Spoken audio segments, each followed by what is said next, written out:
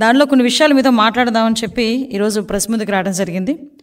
ఒకటేంటంటే ఈరోజు వాలంటీర్లకి వందనం అని చెప్పి ఈరోజు ఒక కార్యక్రమానికి శ్రీకారం చుట్టి మరొకసారి 2,50,000 మంది వాలంటీర్లని వాళ్ళ పని వాళ్ళ కింద తొత్తుల కింద వాళ్ళ తాలూకు అధికార లాభాపేక్ష గురించి జగన్మోహన్ రెడ్డి వాళ్ళందరినీ కూడా తొత్తుల కింద మార్చడానికి సిద్ధమైన ఒక సభ అది నాకు తెలిసి వాలంటీర్లకి వందనం అనే కన్నా జగన్ రెడ్డి నీకో దండం నువ్వు దిగిపో అని ఒక వీడ్కోల సభలో ఉంది తప్పించి అది వాలంటీర్ల తాలూకా వందన సభలో అయితే మాకు అనిపించలే.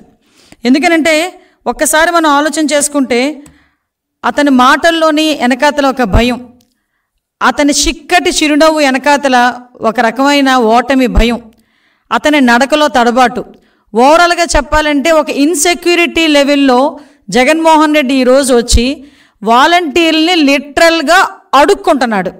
ఏమని అడుక్కుంటున్నాడంటే దయచేసి మీరైనా రోడ్ల మీదకి వెళ్ళి చంద్రబాబు నాయుడు గారికి ఓటు వేయొద్దు అని చెప్పండి అని ఈరోజు వాలంటీర్లు అడుక్కునే పరిస్థితికి ఈరోజు జగన్మోహన్ రెడ్డి దిగజారిపోయాడంటే ఒక్కసారి ఆలోచించుకోండి. జగన్మోహన్ రెడ్డికి వెనకాతలు ఏ రకంగా ఆంధ్రప్రదేశ్ ప్రజలు మడతపెట్టారో. రోజు పరిస్థితి ఏందిరా అంటే సుమారుగా 2,50,000 మంది వాలంటీర్ని బలి పశువులను చేయటానికి, వాళ్ళ భవిష్యత్తుని సంకనాకించడానికి, వాళ్ళ భవిష్యత్తుని అగమ్యగోచరంగా మార్చడానికి ఈరోజు జగన్మోహన్ రెడ్డి తీసుకున్న అతి దారుణమైన నిర్ణయాలు ఇవన్నీ కూడా.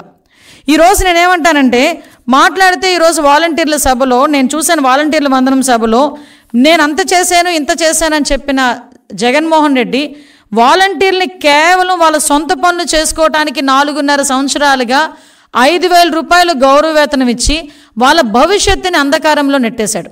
ఈరోజు 2021లో ఆయన మాట్లాడడం, తర్వాత 22లోని అంబటి రాంబాబు గారు మాట్లాడడం, ఆఖరికి జగన్మోహన్ రెడ్డి వీళ్ళందరూ కూడా మన పార్టీ మనుషులే అని చెప్పి సభల్లో కూడా మాట్లాడడం.